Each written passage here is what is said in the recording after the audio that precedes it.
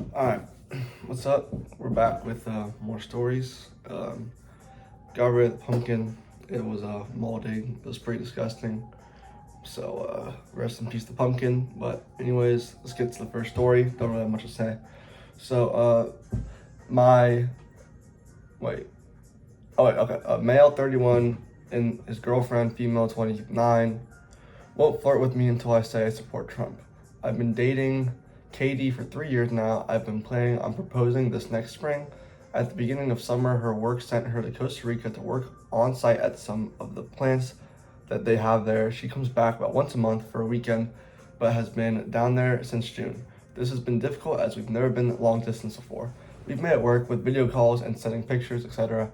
Recently, she's been around some really conservative friends and been changing her views a lot. She's typically been moderate, but now it's starting to say, but now it's starting to say she wishes she had voted for Trump. I've been concerned, but have been hoping it's just a phase that she will stop when she comes back home. The bigger issue now is that she won't video chat or send me pics until I say I support Trump. At first I thought it was just her playing around, but she's actually serious. It's been a week, and whenever I try calling her and sending her a message, she just asks if I support him yet. I'm not sure what to do here. I miss her a lot, but I don't support the guy. Let me turn this down, it's pretty loud. So I'm not gonna get into politics. I don't really have an opinion on Mr. Trump. But sounds like this girl is around some influences that sounds like you're not a fan of. So I would talk to her about it. You know, obviously gotta be honest about it. It's like, why don't you want like video call or do any of this? Unless if I say I support Trump. But it's also, you two can have separate opinions about politics. In my opinion, I don't feel like politics are like the big make or break in relationships. Like, you can have different views from your partner, but still be healthy and still have a healthy relationship. So if she finds that like it's weird that and she like won't talk to you or do anything unless you support her, that's a pretty big red flag, especially since she's being influenced by her friends. It also sounds like she's an easy influence. So I would hold off from proposing to her, to be honest, until you two can see each other again. I would talk to her about it, why, like, why, why you always ask if I support him. You know, I don't really have a concern. I don't really know your views on politics. It sounds like you don't support the guy, but it sounds like you need to be upfront and talk to her about it. It's like, yeah, I don't really like that. You're always asking me to support Trump when you know I don't really support him. It sounds like she didn't really either back when she was back at home. So that's something I would do. But if she's like getting way, way, way extreme, like I know a friend who's like super extreme about politics, and it's honestly like a lot. It's a lot to talk about. And whenever you try and talk to him, he always talks about it. It's just getting kind of old whenever he does this.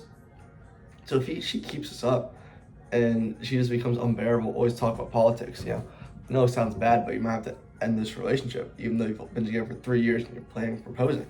Like, it really sucks, but if it's the only thing she's talking about is creating this huge rift in the relationship, obviously try and handle it. Try and talk to her about it. Just be like, yeah, I don't really like how you always want me to support Trump and all this, when you know that I'm not really a fan of him. And if she doesn't really support you and communicate and be open about it, then that's a huge red flag, and you should at least hold off from proposing and wait for her to come back in person to where you can like talk about it and see if she changes when she's not with her friends. So that's what I would do in that scenario. But yeah, I'm sorry to hear that your girlfriend is being very weird politically right now. But anyways, let's get into the next story. Okay, this next one is, I just realized I've been mispronouncing a coworker's name for 6 months, and now I don't know what to do. I started a new job in April, and there's a girl on my team named Alicia. Had to use the real name, but she doesn't use Reddit, so I think we're safe. Except I've been pronouncing it Alicia. I guess it's different. I don't know. So it's just two different names. I don't know how to pronounce the real and fake name, but this whole time I thought it was correct, but I just found out it's actually Alicia, or I don't even know. Nobody corrected me, by the way, for 6 months. Not her, not anyone else on the team. They always let me keep saying it wrong. I only found out because someone on a different department said her name in a meeting, and I was like, what? And they felt if I soul leaving my body, Lamau. Now I don't know what to do. Do I apologize? Do I just start saying it correctly and hope she doesn't notice? Switch? Do I acknowledge it and make a joke? I feel like all options are bad. Part of me is kind of annoyed that she never corrected me. Like I'd love her to point it out right away so that I can pronounce her name correctly. But she's such a sweetheart. I don't know, and I know she's probably shy to even tell me. But also, I'm the one who messed up, so I'm pretty angry at myself as well. I've been avoiding saying her name for all the past 2 days, which believe me is harder than you think. I've been doing this thing where I just make eye contact and start saying, or say, hey girl, or send emails instead of walking over to her desk. This is so stupid. Why am I like this? Has anyone else done something like this and managed to fix it? So it sounds like you're being really hard on yourself. You were really overthinking the situation. Honestly, just go up to her desk and just be like, hey, I realize I've been pronouncing your name wrong, and I'm sorry about that. That's literally what to do. And she's like, oh, it's okay. It sounds like she's a really sweet person because she doesn't really correct you for the way you say her name. So I would just be like, hey, I realize that your name's wrong. I've been pronouncing your name wrong the whole time. Sorry about that. I'll start calling you by your real name. Just something like that, something simple. Don't overthink it. You're overthinking this. And she's just gonna be like, oh, it's okay, because she let you say it wrong for that long. Why would she be like weird about it if you just say it correctly? So just acknowledge it and she's like, sorry about that. She's fine. Like, you're overthinking this stuff. I mean, you're being too hard on yourself for pronouncing your name wrong.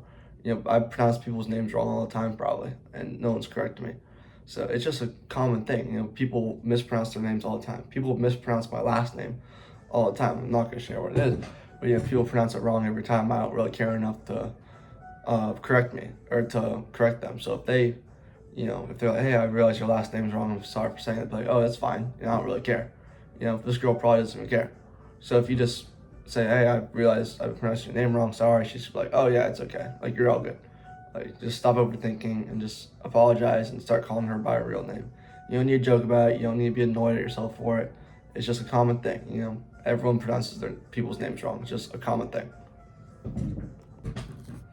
Okay, well, this is the last one. Only done 3. So, when money becomes part of love, how do you know what's real? I'm 31, male, and been running my own small business for a few years now. I'm not rich, but I've built a comfortable life, a steady income, some savings, and a bit of stability. I've been dating my girlfriend, 29 female, for about a year, and overall things are great. She's supportive and kind, but lately I've started noticing little things that make me question what her focus really is. She's been leaning more towards wanting expensive things and trips things that don't really match how I usually spend. When I try and suggest something simpler or more meaningful, she'll say I'm being too practical. It's not constant, but it's happened often enough that I can't ignore it. I've seen how money can quietly shift that dynamic in relationships, and I really don't want that to happen. I just want to be sure she's with me for who I am and not what I can provide. How do you figure out what's coming off as defensive or insecure? Has anyone dealt with something like this? I haven't really dealt with something like this, but I think I have some good advice on this. So it could just be, you're with each other for a year and a half. I don't really know how your dating life's been. If it's been healthy, it sounds like it's pretty healthy, and you just have some concerns about this. But, girls want to do things with their boyfriends. They don't just want to get dinner and then watch a movie. They want stuff to spice up the relationship. She could feel that this relationship is getting kind of stale, nothing really going on. So she wants something big. She wants to do something with you. This is a good thing. I think this is a good thing. Obviously, I don't think she's using you for money. And this because she's been with you for a year and a half, right? For about a year. So probably just a little under a year. So, and maybe your 1-year anniversary is coming up. She wants to go out somewhere. She wants to go travel. She wants to go somewhere. You don't have to go anywhere crazy like Italy or something crazy. You can just go like an hour away, like do a little day trip somewhere. It doesn't have to be anything crazy like that. She just wants something more because she could feel like the relationship's getting a little stale. Because relationships do get stale. People who are with each other for around a year, you're used to each other's presence, and like the honeymoon phase is practically over at this stage. So she could want something else. She could think this relationship's stale. She was maybe seeing her friends boyfriend's taking them to some other places, and she's like, oh, I kind of want to do that. You know, I don't really think it's a bad thing. She just wants more in the relationship. She wants to bring it to the next level, because traveling with someone, with your significant other for a vacation, that's a huge step in a relationship. That's a huge step in a relationship because, you know, if you're new together, you don't really want to go out and spend a weekend with this person. But, you know, you're closer, you trust each other more, you trust each other to go out and do this vacation. So I think that you should do something small. Obviously, don't go all out like thousands and thousands of dollars. But wherever you're from, just go like 2 hours away for a quick little day trip to the beach or to a new town, see what's around, do stuff like that, and I'm sure that's just fine. But if she keeps on wanting more and more and more, then it might be a red flag, and then you could be more concerned with it. But since it's just this one thing, I feel like, you know, take her out to a trip and just do something small, and that should hopefully deal with what you're dealing with. It is loud out there. So yeah, I think she likes you for who you are, and not just for your money. Because if she likes you, if she only wants you for your money, then no offense, she'd probably go for someone who's running a bigger business, someone who's making more money. Because small businesses typically don't make the most money. I'm not trying to offend you or anything like that, but if she's just in it for the money, then she wouldn't be with you for this long. So that's my advice. I would just take her to a small little trip, day trip. So yeah, that's what I would do. So yeah, that's the video. That's all the advice I'm giving out today. So yeah, it's been pretty good week. Got my midterms done. Went to the Alabama-Tennessee game. That was crazy. Got a haircut literally like right before this video, so it's pretty nice actually. I don't really think it was too good, but I put some texture powder in it. It's honestly pretty good. I'm happy with the way it turned out. So yeah, that's cool. But the pumpkin's gone, which is sad. It's supposed to be Mike Wazowski. It was a good pumpkin, but it just didn't last long because I gutted it. But I made the pumpkin seeds. The pumpkin seeds were really good. But yeah, anyways, that's the video. Go to bed if it's past 10 p.m. Drink some water. Water is good for you. Start applying some internships. You know, get that career going. I've been applying to internships. I applied to a few last night on LinkedIn and Handshake. Those are good resources to use if you're applying to internships. It's a great day to have a great day. Just remember that. Get some exercise, go outside, think of 3 things you're grateful for, all that good stuff. So anyways, I'll see you around.